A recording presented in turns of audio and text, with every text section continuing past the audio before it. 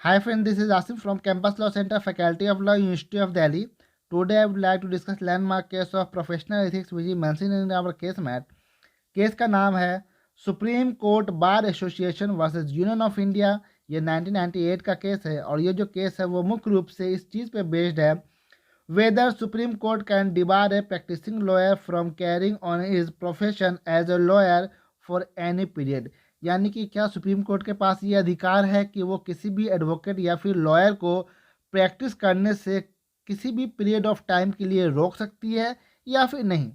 तो चलिए अब इस केस के ब्रीफ फैक्ट पे आते हैं। इस केस का ब्रीफ फैक्ट ये है कि इंद्रे विनय चंद्र मिश्रा 1995 के केस की सुनवाई करते हुए सुप्रीम कोर्ट कहती है कि अगर कोई advocate contempt of court proceeding में का दोषी पाया जाता है तो उसके लाइसेंस को सस्पेंड भी किया जा सकता है या फिर उसके लाइसेंस को कैंसिल भी किया जा सकता है under article 129 red with article 142 of Indian constitution.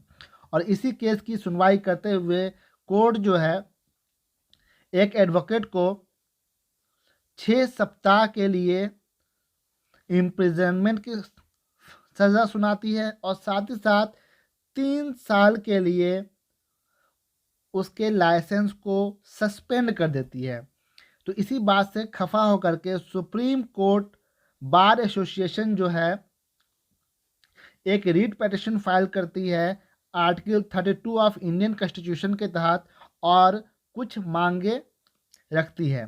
पहला मांगे ये रहता है कि रीट इशू किया जाए कि disciplinary committee of the bar council set up under the Advocate Act 1961 alone have exclusive jurisdiction to inquiry into and suspend or debar an advocate from practicing law for professional or other misconduct। यानी कि सिर्फ disciplinary committee जो bar council setup किया गया है advocate act 1961 के तहत, सिर्फ उसी के पास एक्सक्लूसिव पावर होना चाहिए किसी भी एडवोकेट के लाइसेंस को सस्पेंड करने के लिए या फिर लाइसेंस को कैंसिल करने के लिए, और किसी के पास नहीं।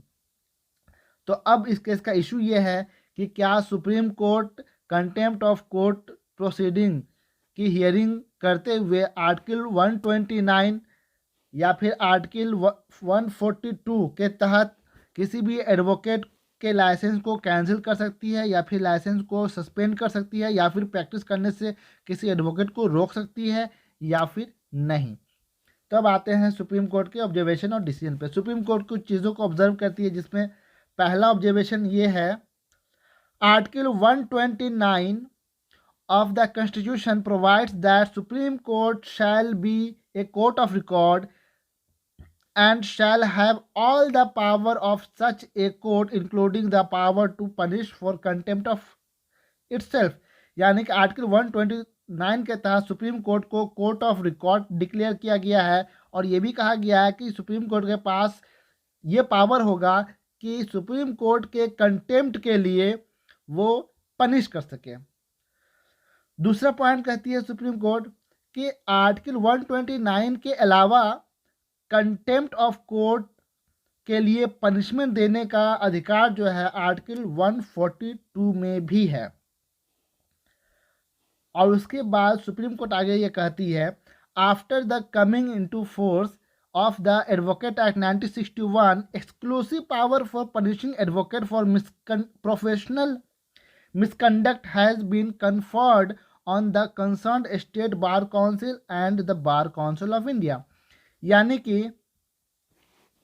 एडवोकेट एक्ट 1961 के आने के बाद प्रोफेशनल मिसकंडक्ट के लिए पनिश करने का जो एक्सक्लूसिव राइट है वो